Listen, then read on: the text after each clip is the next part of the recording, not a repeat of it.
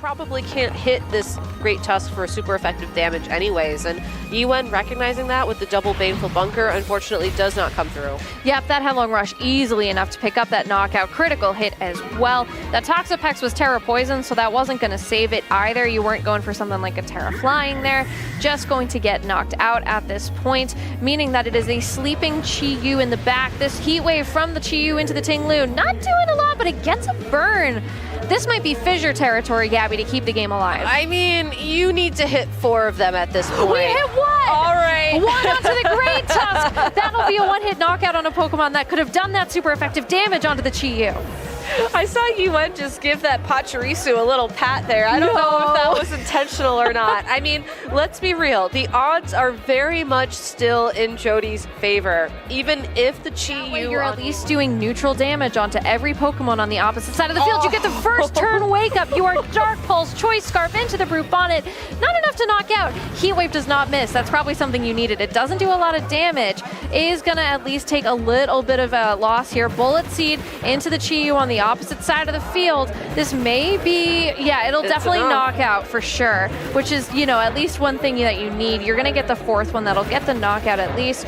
You need to hit Fissures. The fact of the matter is that that Brute Bonnet, I think, is your bigger threat. And the fact that you targeted into it is probably means that you fissured into that Chi-Yu, possibly. Oh, no, I think it was a double. Wait, no way! The other fissure into the Brute Bonnet is going to get a one-hit knockout. You mean you have 2 Pokemon left against a Ting-Lu with a one-hit knockout move. It is not impossible. All right, well, at least both these trainers are smiling about this situation because... So I think you're kind of safe to keep King Gambit in right now to try to just burn through these turns of sleep, and then Fiona can regenerate some HP back onto Moongus by switching it out. Oh, the Gyarados is intimidating King Gambit, though. Yep, that's what gets really tough. You are now at +3 attack on this King Gambit. You don't even need to click Howl if you're the Arcanine. Going for extreme speed into that Gyarados still does a nice chunk of damage as well. King Gambit does take this mandatory turn to sleep.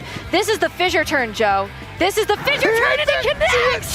Gets the connect on the Fissure with the +3. King Gambit gets that one-hit KO, and that is the play Fiona needed to make to stay in this game. That's unreal. You don't care about boosting up the King Gambit on the other side with Intimidate if it's just going to get one-hit KO. I'm like going crazy over it. Fiona actually hitting Fissure in that scenario is crazy. That is the do or die moment for Fissure that you need. I've already hit one, but Fiona not falling for that bait. The Thunder Wave here on the Amoonguss. This thing is taunted and now has full paralysis. Definitely a way to try and stop it from doing anything. All 3 turns of full sleep. 3 turns of sleep on this King Gambit. Fissure connects again on this King Gambit. King Gambit not able to do anything in either of these 2 games. Fiona's here to click Fissure and chew gum, and she's all out of gum. Absolutely insane that happened. Both Fissure clicks have both connected. The side Pollen Puff does not go through onto the King Gambit either. Now you can say... No, the Thunder Wave missed, though. No, but if you got Thunder Wave, then it doesn't, you know, either way, right? Amoonguss switching in here is at least getting some Regenerator back. It is fully paralyzed. Amoonguss switching out brings in this Gyarados. You have this Intimidate down. You don't have the Howl boost on that Palafin anymore, and you get an Intimidate onto this Arcanine, who's probably not going to be clicking Howl this turn if it can help it, because its partner Pokemon in Palafin has switched out. Clicking Flare Blitz instead into that Gyarados, actually able to hang on even with the burn here.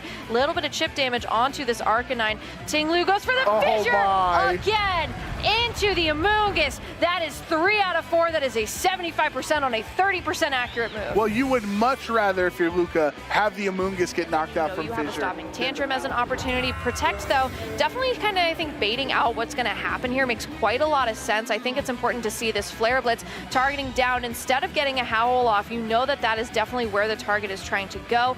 Wave Crash from the Palafin, another double target into that Baxcalibur. Ting-Lu once again free to maybe click Fissure. This turn it gets another one. Fiona, stop! No way! Onto the Arcanine. That is all KOs in this game have been Fissure.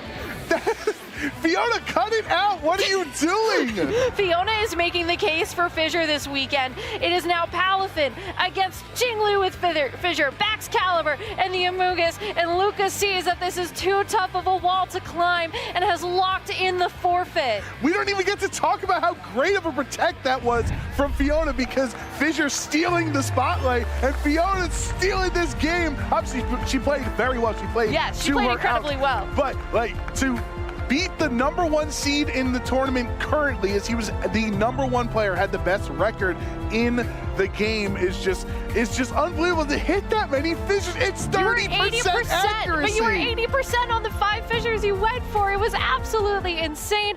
That is something that I think is